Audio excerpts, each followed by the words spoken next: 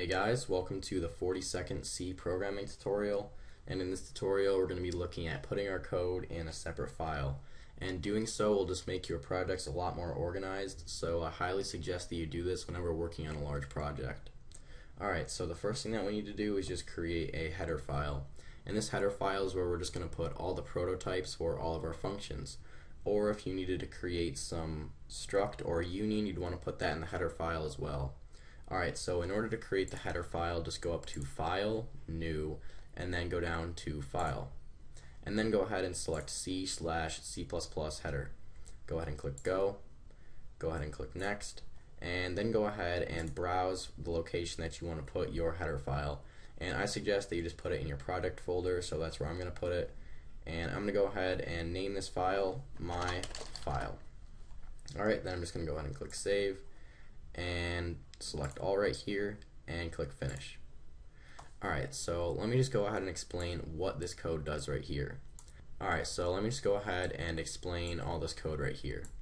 So basically what it's doing right here is it's saying if this right here is not defined, then define it. And this right here is just basically ending the if statement. And this code will basically just ensure that all the code inside of here is only included in our project once. So the first time that it goes through this, is this defined? No, it's not. So we're going to go ahead and define it, then include all of this code. Then the second time that it comes through, is this defined? Yes, it is, so it doesn't include the code inside of here. And every time that it comes through after that, it won't include that code again. So basically this just ensures that our code will only be included in our project once. Alright, so like I said, inside of here is where we're going to want to put our function prototypes. And we're going to be creating one function, and this function is just going to print an integer out onto the screen.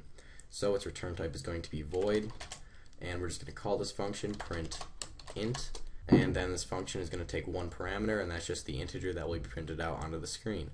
So we're just going to say int I right here, and then of course end the line with a semicolon.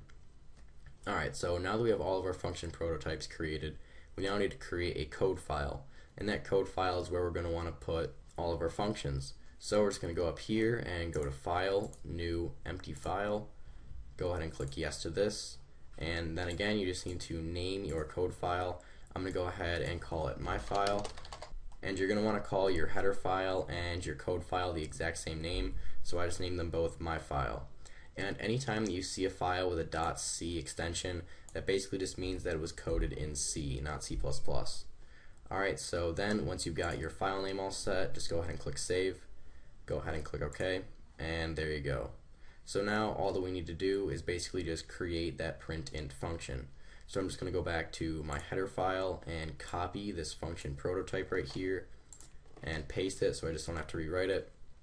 And then all we want this function to do is just print out this integer onto the screen. So we're just going to say printf, and then we're going to do %i since we're printing out that integer, and then we're just going to end that line.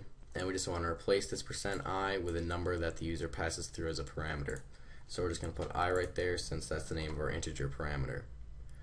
Alright, so now let's say that we wanted to use this printInt function in our main file, or any file for that matter.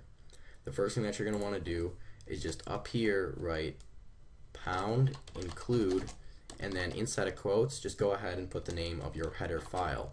And this will basically just tell your computer where that printInt function is coming from, or what that printInt function is.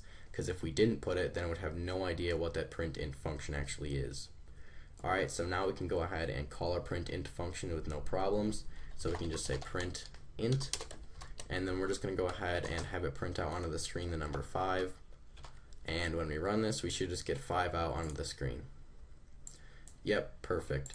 So basically the reason that we can do this is because from this header file it knew that this printInt was an actual function and that it took an integer parameter. And then inside of our code file right here we just created the actual function itself. And if we wanted to, we could create another function and just prototype it in this file and then actually create it in this file. Alright, so that's pretty much it for this tutorial, so see you guys.